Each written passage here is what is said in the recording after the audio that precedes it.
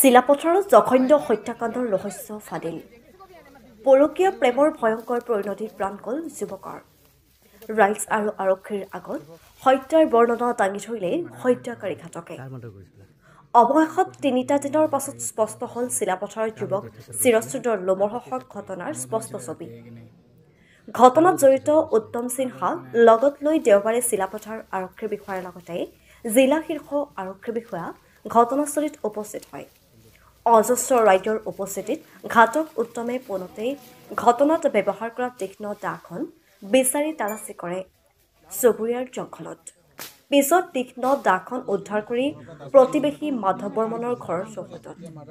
ইয়াৰ পিছতেই ঘটনা সংঘটিত কৰা ঘাতকৰ মোমায়েকৰ ঘৰৰ কোঠাত পৰিদৰ্শন কৰে আৰক্ষীৰ দলে এই কোঠাত তীক্ষ্ণ দাখনেৰে কংকনৰ ডিঙি দুডোখৰ কৰিছিল হত্যাকাৰী উত্তমে হত্যাকাৰী উত্তমৰ ভাষ্যমতে মামীয়েকৰ সৈতে কংকনৰ কিবা অবৈধ সম্পৰ্ক দেখা পাই দাৰে হত্যা কৰি পাছতেই পুৱতি নিশা নিজা ট্ৰেক্টৰে ৫১৫ নং ৰাষ্ট্ৰীয় ঘাইপথৰ জলকীয়াসুঁতিত পেলাই দিয়া বুলি সদৰি কৰিছে উল্লেখ্য যে কৰ্মসূত্ৰে অৰুণাচলৰ বছৰত থকা ২ নং ভৈৰৱপুৰৰ কৰ্ণদাসৰ পুত্ৰ কংকন ওৰফে সুমন দাসে মাতৃৰ চিকিৎসাৰ বাবে অলপতে ঘৰলৈ আহিছিলগৈ যোৱা ৩০ জানুৱাৰীত নিশা ৯ বজাত ডিব্ৰুগড়লৈ ওলাই যোৱা যুৱকজনক পিছদিনা শিৰচ্ছেদ কৰা অৱস্থাত উদ্ধাৰ কৰা হৈছিল ৫১৫ নং ৰাষ্ট্ৰীয় ঘাইপথৰ জলকীয়াসুঁতিত ইতিমধ্যে আৰক্ষীয়ে জব্দ কৰিছে মৃতদেহ কঢ়িওৱা ট্ৰেক্টৰ দা জোতা ৰক্ত পৰিষ্কাৰ কৰা কাপোৰ আদি সামগ্ৰী লগতে সুমন দাসৰ নীলা ছুইফ্ট বাহনখনো উদ্ধাৰ কৰে আৰক্ষীয়ে ঘাতকক গ্ৰেপ্তাৰ কৰাৰ লগতে সোধপোছৰ বাবে আটক কৰিছে মোমায়েক দীপক দাস আৰু মামীয়েকক চাঞ্চল্য সৃষ্টিকাৰী ঘটনাটোত হত্যাকাৰী উত্তম সিনহাৰ সৈতে আন কোনোবা জড়িত আছে নে নাই আৰক্ষীৰ অধিক অনুসন্ধানতহে স্পষ্ট হ'ব সকলো ঘটনাৰ ক্ষীপ্ৰ ব্যৱস্থা কৰি হত্যাকাৰী গ্ৰেপ্তাৰ কৰাৰ বাবে চিলাপথাৰ আৰক্ষীৰ ৰাইজে শলাগ লয় ফাৰ্ষ্ট ট্ৰেক আদালতত বিচাৰ কৰি দোষীক দৃষ্টান্তমূলক শাস্তি প্ৰদানৰ দাবী জনাইছে বেংগলী ফেডাৰেশ্যনৰ লগতে নাথযোগী ছাত্ৰ সন্থাৰ বিষয়ববীয়াই তদন্ত কৰি আছো কিবা পাইছে নেকি আজি এজনক আটক কৰা হৈছে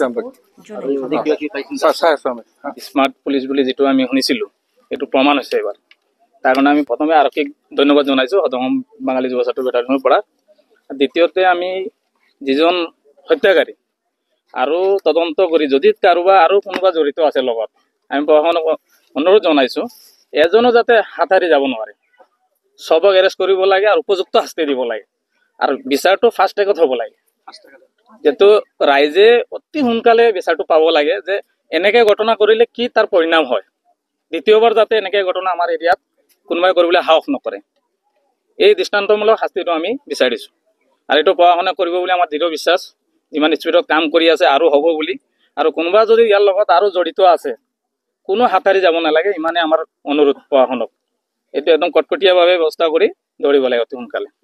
যোৱাকালি যিটো আমাৰ আৰক্ষী মহোদয়ক আমি গৈ লগ কৰিছিলোঁ ছাৰ যিহেতু জনাইছিলে জনামতে কাম কৰিছে আৰক্ষী চিলাপথাৰ আৰক্ষীসকলে আমি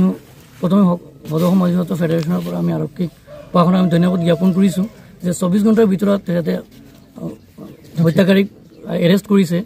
তো আমি সদৌ সমাজ ফেডাৰেশ্যনৰ তৰফৰ পৰা আৰক্ষীক ধন্যবাদ জ্ঞাপন কৰিছোঁ আৰু লগতে আমি আৰক্ষীক প্ৰশাসনক আমি অনুৰোধ কৰিছোঁ যিকেইজন যিটো হত্যাকাণ্ড কৰিছে